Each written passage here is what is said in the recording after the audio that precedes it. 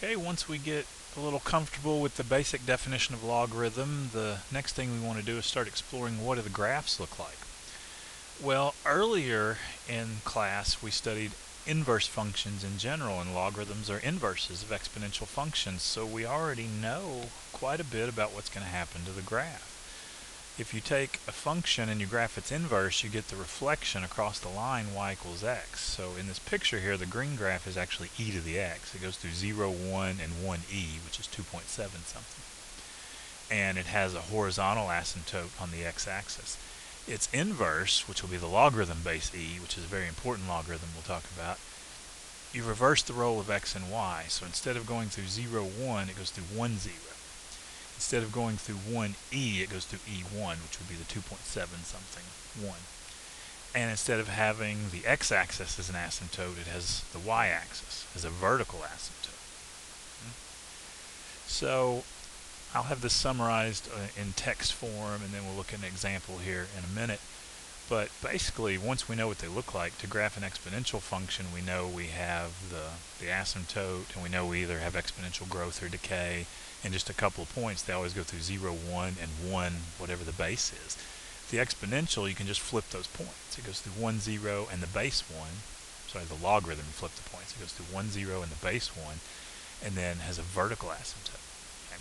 And you can look at logarithms with bases between 0 and 1, but that's not very common. We won't really run into those in this class.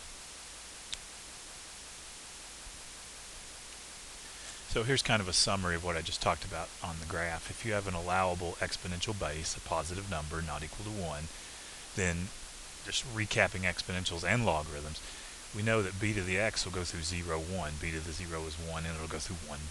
b to the 1 is b. So if we want to graph a logarithm, we got two great points to look at. Log base b of x will go through 1, 0 and b1. You switch the x's and the y's because we're looking at the inverse. And we know b to the x has the horizontal asymptote at y equals 0, the x-axis.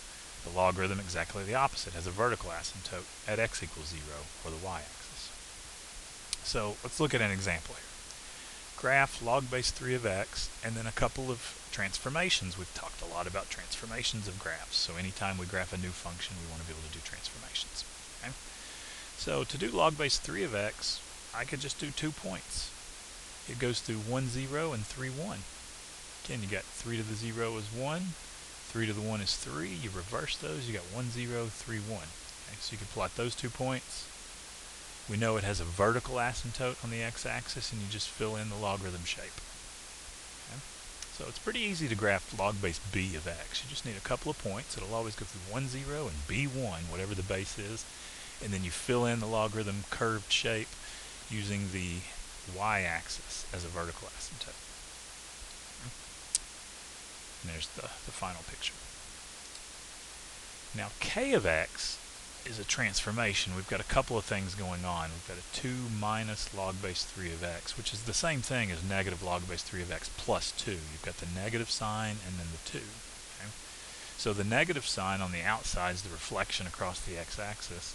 And the 2, that's the same as having a plus 2 on the end. It's the vertical shift up 2. So I could do those two things. So here I've got it graphed in a couple of steps. So there's the graph of negative log base 3 of x. It's reflected across the axis. Of course, the point that's on the axis stays put. The one was at the base 1. 3, 1 would go to 3, negative 1. And then if you shift everything up 2, you get your final graph for k of x. Notice the vertical asymptote is still the y-axis because we've just flipped it and moved it up. Okay, now let's look at g of x. Again, we'll start with log base 3 of x and use that to come up with the graph of g of x. So again, a few things done. You always work from the inside out, do horizontal shifts first, vertical shifts last. So the minus 2, that'll shift it to the right 2. And then we've got the negative on the inside. That's the reflection across the y-axis because it's on the inside. And then a 2 multiplying by 2 on the outside is a vertical stretch by 2. So let's take a look at what those three things would look like.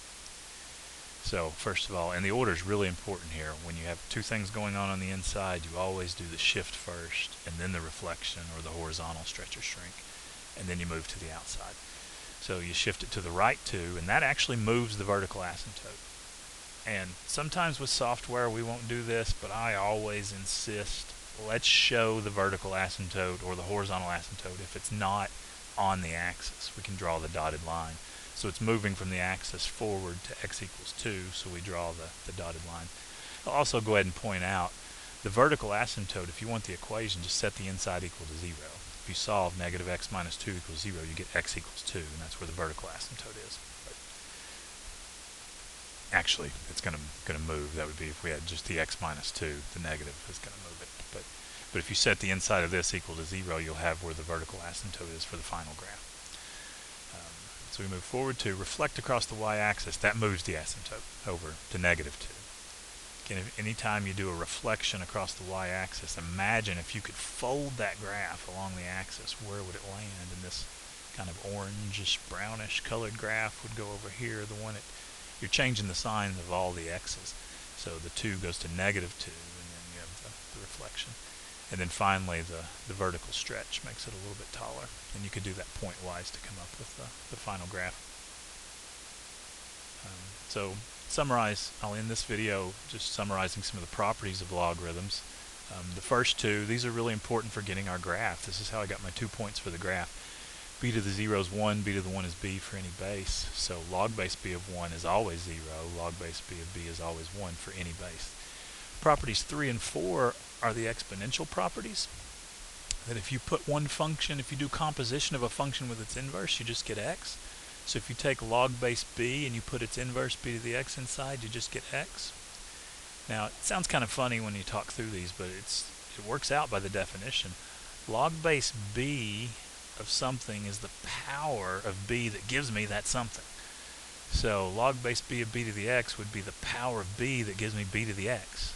B to the x is b to the x. So they cancel out. Log base b and b cancel out.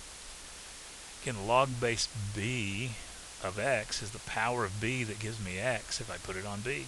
It's the power of b that gives me x. So, but these are the inverse operations. If you take b to the x and you put it inside the logarithm, you get x.